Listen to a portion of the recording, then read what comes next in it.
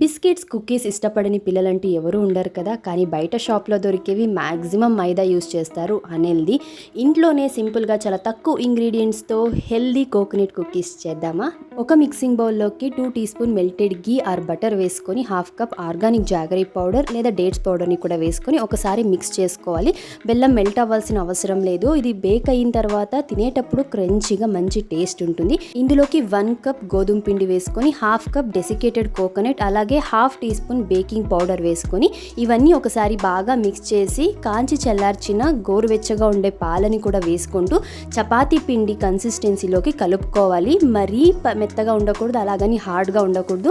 ఈ వీడియోలో చూపిస్తున్న కన్సిస్టెన్సీలో పిండిని ప్రిపేర్ చేసుకొని దీనిలోంచి చిన్న చిన్న బాల్స్ లాగా చేసి మనకు ఏ సైజ్ ఏ షేప్ కావాలో అలా కుకీస్ని అయితే ప్రిపేర్ చేసుకొని ఫైనల్గా కుకీస్ని డెసికేటెడ్ కోకోనట్తో కోటింగ్ చేసుకొని మీకు నచ్చిన డ్రై ఫ్రూట్ పెట్టేసి 180 డిగ్రీ సెల్సియస్ దగ్గర 10 మినిట్స్ ప్రీహీట్ చేసుకున్న ఓవెన్లో 20 మినిట్స్ బేక్ చేస్తే ఎంతో హెల్దీ టేస్టీగా ఉండే కోకోనట్ కుకీస్ అయితే రెడీ.